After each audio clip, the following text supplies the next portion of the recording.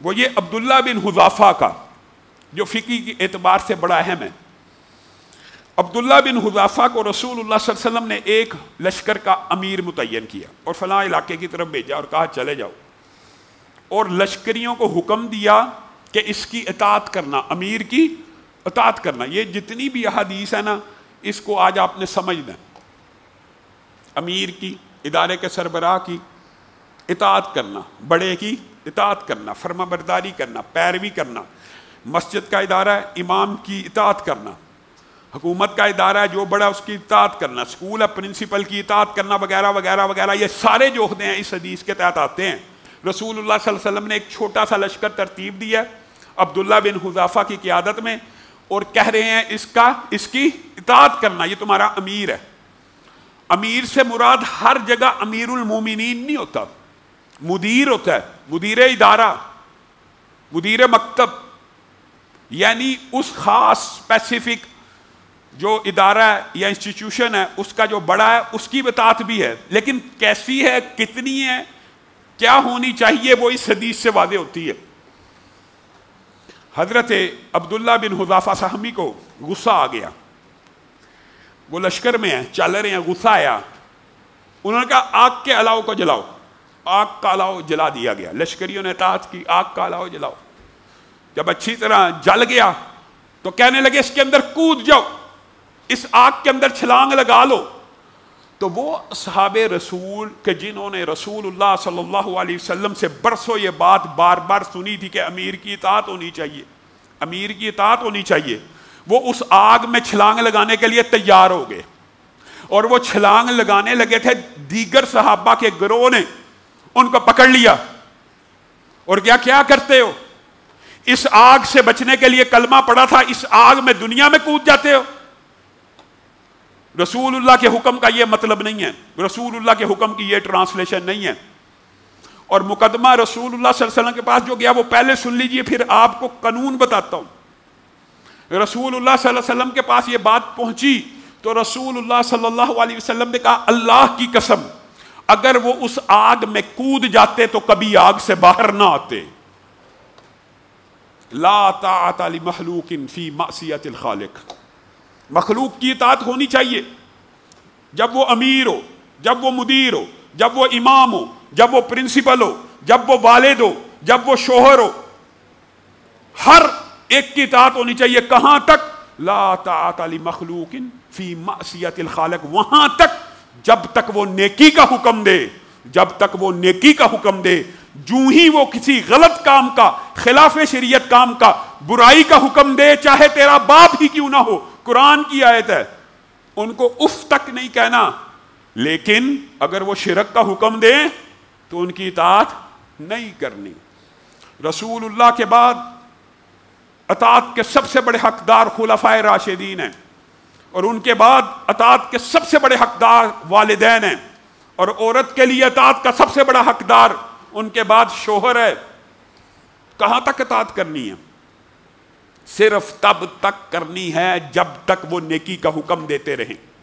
ہمارے معاشرے میں عجیب مغالطے، جماعتوں کے امیر، اداروں کے امیر، مکتب کے امیر، انہوں نے اپنے بارے میں ایک متھ قائم کی ہوئی ہے، ایک ڈھکوسلا بنایا ہوا ہے، کسی جماعت کا امیر ہے وہ امیر المومنین بن چکا ہے۔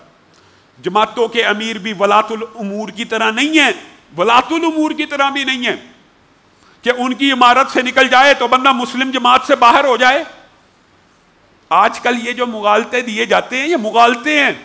ولی امر جو حاکم وقت ہوتا ہے اس کی اطاعت سے باہر نکل جانا الگ بات ہے، لیکن ایک جماعت کے امیر، ایک پرنسپل، ایک ادارے کے امیر کی اطاعت سے نکل جانا اور یہ سمجھنا، اور وہ آگے سے آپ کو دھمکیاں لگائے، جی تو نے امیر کی اطاعت نہیں، تو جماعت سے خارج ہو گیا، ید اللہ علی الجماع کی حدیث سے نکل گیا، یہ سب جھوٹ ہے، من گھڑت ہے، اس کا اسلام میں کوئی تصور نہیں جو ہمارے ہاں تنظیموں کے امیروں نے لوگوں کے ذہن میں ڈالا ہوا ہے۔ اللہ کی قسم یہ جھوٹ ہے۔ یہ ادارے ہیں، یہ اداراتی نظم ہے، اس میں آپ اپنے خوشی رضا و رغبت سے گئے ہیں، جب آپ کا دل چاہے، جب آپ کو اس سے مطمئن نہیں آپ ادھر سے نکل سکتے ہیں۔ یہ اسلام سے باہر نکلنے کے جیسا نہیں ہے، یہ کلی طور پہ اسلام سے باہر نکلنے جیسا نہیں ہے۔ اور حاکم وقت جو ولی امر ہوتا ہے اس کی اطاعت بھی کب تک فرض ہے؟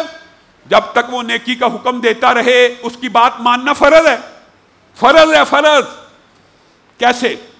مثلا ایک لا بنا جو قرآن و سنت کے مطابق ہے، تو پھر اس لا کو ماننا صرف حاکم کی اطاعت نہیں، اللہ اور اس کے رسول کی اطاعت کے برابر ہے۔ مثلا ایک مثال جنرل آپ کو دیتا ہوں، پاکستان میں لا بن گیا کہ لال اشارہ ہوگا تو لائٹ بتی لائٹ یعنی اشارہ لال ہوگا تو گاڑی نے کھڑے ہونا ہے، سبز ہوگا تو گاڑی نے چل پڑنا ہے۔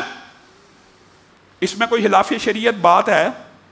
قانون ہے، نظم ہے، نسق ہے، لیکن یہ مسلمان امت کے لیے خوشخبری ہے کہ بندہ مسلم اگر لال اشارے پہ گاڑی کھڑی بھی کرتا ہے تو اس کو ثواب ملتا ہے کہ حاکم کی اطاعت کر رہا ہے، اور سبز پہ چلاتا ہے پھر بھی ثواب مل رہا ہے کہ ولی امر کی اطاعت کر رہا ہے۔ لیکن وہی ولی امر اگر آپ کو حکم دے کہ اتنے بجے سے لے کے اتنے بجے تک موسیقی کا پروگرام ہے، پھر اطاعت کا فلسفہ باطل ہے۔ یہ عجیب بات ہے، ہمارے ہاں دو متوازی فکر ہیں ہمارے معاشرے میں، آپ شاید اس بارے میں نہیں جانتے ہوں گے، لیکن جو دین کے طالب علم ہیں وہ جانتے ہیں۔ ایک فکر ہے مدخلی فکر، اس میں بھی یہی فلسفہ ہے کہ ہر بات میں اطاعت ہے، ہر بات میں۔ حاکم وقت اگر کوئی غلط کام بھی کہہ دے تو اس میں بھی اطاعت ہے۔ اس کی دلیل یہ دیتے ہیں کہ اگر وہ تیری پشت پہ جو حدیث ہے کوڑے بھی لگائے تو انہیں اطاعت کرنی۔ اطاعت صرف معروف میں ہے، نیکی کے کاموں میں، برائی کے کام میں کوئی اطاعت نہیں ہے، کوئی فرما برداری نہیں ہے۔ بلکہ وہاں پہ حدیث کیا ہے کہ سب سے افضل جہاد یہ ہے کہ تو کلمہ حق سلطان جابر کے سامنے کہے۔ وہاں پہ یہ افضل ترین جہاد ہے کہ جو بات تجھے خلاف قرآن و سنت لگے۔ دیکھیں خلفائے راشدین جن کی اطاعت اور پیروی کا حکم رسول اللہ نے دیا اور کہا ان کی سنت، خلفائے راشدین کی سنت تمہارے لیے نمونہ ہے۔ اس خلیفہ راشد کے لیے ایک بندہ کھڑا ہوا اور قمیص پکڑ کے کہنے لگا آپ کا قد لمبا ہے۔ بیت المال اور مال جو آیا تھا سب کو ایک ایک چادر ملی تھی، آپ کا یہ کپڑا ایک چادر سے زیادہ دکھتا ہے، آپ کا یہ کپڑا ایک چادر سے زیادہ دکھتا ہے۔ آپ کو یہ ہوتا مدخلی فکر کا، بیٹھ جا، حاکم کے خلاف بات کر رہا۔ حضرت عمر نے کہا سنو، صحیح سوال اٹھایا ہے، میرا قد لمبا ہے لیکن ایک چادر میرے بیٹے عبداللہ ابن عمر کو بھی ملی تھی، میں نے اس سے مانگ کے 2 چادروں سے یہ لباس سلوا لی ہے۔ حاکم کی اطاعت کرنا واجب ہے، فرض ہے، تب تک جب تک وہ سیدھے راستے کا معروف کا حکم دیتا رہے، ہر اس بات میں اس کی اطاعت واجب ہے، فرض ہوگی۔ لیکن جیسے ہی راہ راست سے ہٹ جائے گا، صراط مستقیم سے اکھڑ جائے گا، پھر اس کی بات ماننا اس حدیث کے نزدیک آگ میں کود جانے جیسا ہے۔ رسول اللہ صلی اللہ علیہ وسلم نے فرمایا اگر تم اس آگ میں کود جاتے تو ہمیشہ آگ میں رہتے۔ وہ یا عقل کو استعمال کرنا ہے، فیصلہ یہ کرنا ہے کہ حاکم وقت، مدیر ادارہ اگر مجھے نیکی کا کام کہہ رہا ہے، معروف کی بات کہہ رہا ہے، عام بات کہہ رہا ہے، وہ اطاعت کرنی ہے۔ بعض لوگ یہ سمجھتے ہیں یہاں سے کہ علماء یہ تقریریں کرتے ہیں تو بعد میں عورتیں اپنے گھر میں جاتی ہیں کہ اطاعت صرف نیکی کے کام میں۔